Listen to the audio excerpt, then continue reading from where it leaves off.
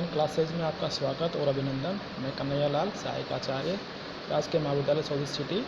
आज BA part second के लिए हिंदी लिटरेचर में मैं आपको हिंदी भाषा के विविध रूप प्रस्तावित करना चाहता हूं। तो देखिए, हिंदी भाषा के विविध रूप कौन कौन से हैं। पहली है बोलचाल की भाषा। बोलचाल की भाषा को समझने के लिए बोली यानी डायलेक्ट को समझना ज़रूरी है। बोली उन सभी लोगों की बोलचाल की भाषा का वह मिश्रित रूप है जिनकी भाषा में पारस्परिक भेद को अनुभव नहीं किया जाता है। विश्व में जब किसी जनसमूह का महत्व किसी भी कारण से बढ़ जाता है तो उसकी बोलचाल की बोली भाषा कही जाने लगती है, अन्यथा वह बोली ही रहती है। तो ये होगी बोलचाल की भाषा। अब लेते हैं मानक भाषा यानी स्टैंडर्ड भाषा।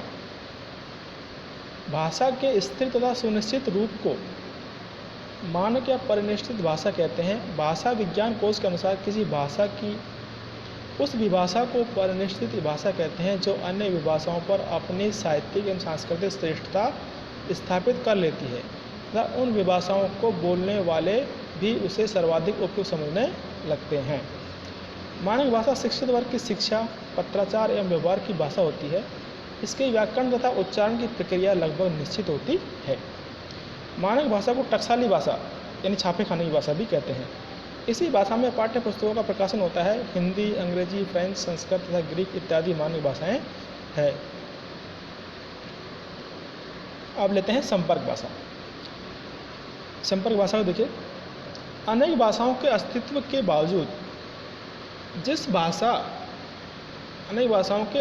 बावजूद जिस विशिष्ट भाषा के माध्यम से व्यक्ति राज्य तथा देश विदेश के बीच संपर्क स्थापित किया जाता है उसे संपर्क भाषा कहते हैं। एक ही भाषा की परिपूरक भाषा और संपर्क भाषा दोनों ही हो सकती है। आज भारत में संपर्क भाषा के तौर पर हिंदी प्रतिष्ठित होती जा रही है, जबकि अंतर्राष्ट्रीय स्तर पर अंग्रेजी संपर्क भाषा के रूप में प्रतिष्ठित हो गई है। अब लेते हैं राजभाषा। जिस भाषा में सरकार के कार्यों का निष्पादन होता है उसे राजभाषा कहते हैं। भारत की राजभाषा कौन सी है? हिंदी, क्योंकि हिंदी में ही भारत के सरकारी जो कार्य हैं वो ज़्यादातर हिंदी में होते हैं। लेकिन हिंदी के साथ साथ यह भी प्रावधान किया गया कि 15 साल तक यानी 25 जनवरी 1965 तक हिंदी के साथ साथ अंग्रेजी को भी कार्यकारी भाषा के रूप में चलाया जाएगा।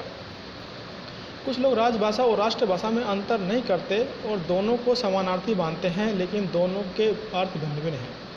राष्ट्रभाषा सारे राष्ट्र के लोगों की संपर्क भाषा होती है, जबकि राजभाषा केवल सरकार के कामकाज की भाषा होती है। भारत के संविधान के अनुसार हिंदी संघ सरकार की राजभाषा है। हिंदी राजभाषा है लेकिन राष्ट्रभाषा नहीं है, लेकिन इसकी व्यापकता को देखते हुए इसको राष्ट्रभाषा माना जा सकता है। अब लेते हैं राष्ट्रभाषा। देश के विभिन्न भाषा भाषियों में पारस्परिक विचार विनिमय की भाषा को राष्ट्रभाषा कहते हैं।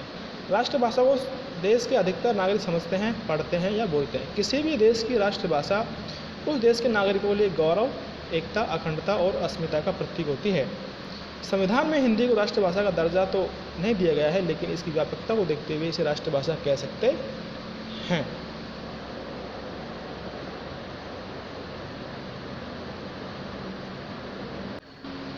अब लेते हैं संचार की भाषा।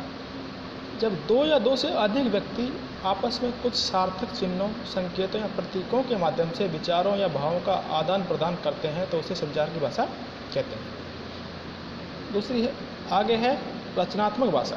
वह भाषा है जिसमें साहित्य एवं पत्र पत्रिका रची जाती है। यह भाषा का वह रूप है जो परिशुद्ध, परिनिष्ठित या मानक रूप में जानी जाती है। इसे साहित्यिक भाषा भी कहते हैं। हिंदी भाषा का मानक रूप कहने के संबंध में यह कहा जा सकता है कि जो संप्रेषण की क्षमता भाषा में होनी चाहिए वह इसमें है। अर्थात भाषा जितनी साफ सुथरी और क्षमतावान हो वह उतनी ही अधिक जन सामान्य तक पहुंच पाएगी। व्यक्ति को उसे समझने में अधिक बल प्रयोग नहीं करना पड़ता है।